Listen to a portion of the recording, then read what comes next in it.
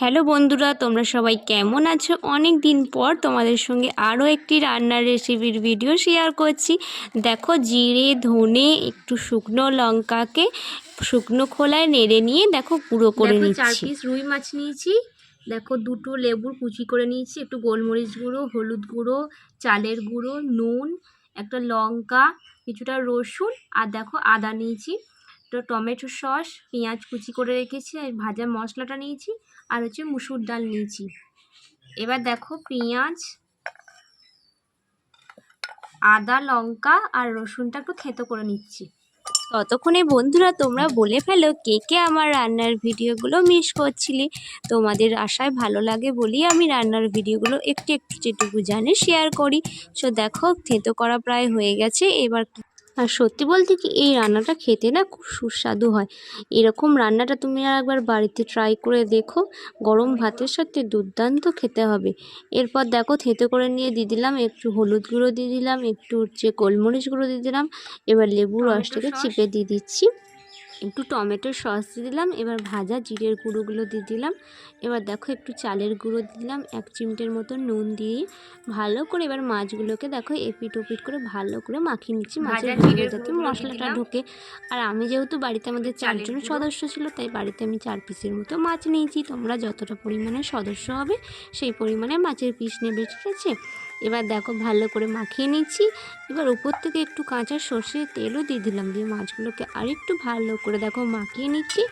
এবার ধরো ওই 10-15 মিনিটের মতো ঢাকা দিয়ে রেখে দেবো, যাতে মাছের সঙ্গে মশলাটা ভালোভাবে মিশে যায়।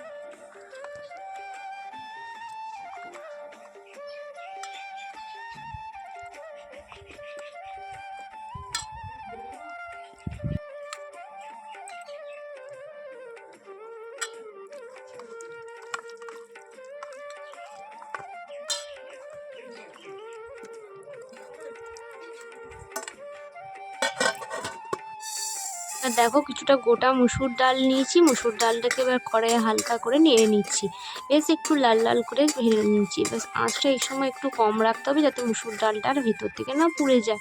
এবার দেখো, হালকা করে নেড়ে নিচ্ছি।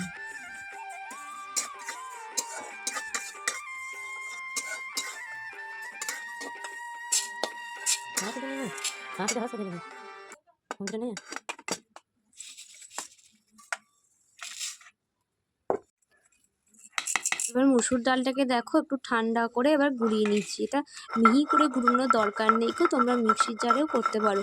একটু খোঁচা খোঁচা থাকবে সেরকম অবস্থায় গুঁড়িয়ে নিচ্ছি।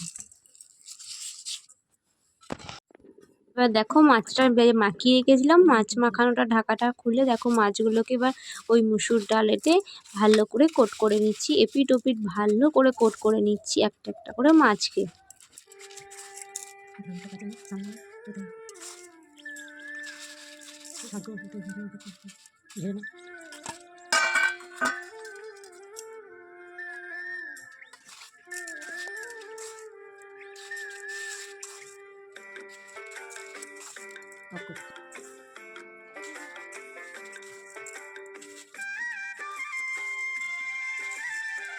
দেখো, একটু রিফাইন অয়েলকে ভালো করে গরম করে নিয়েছি হালকা আঁচে।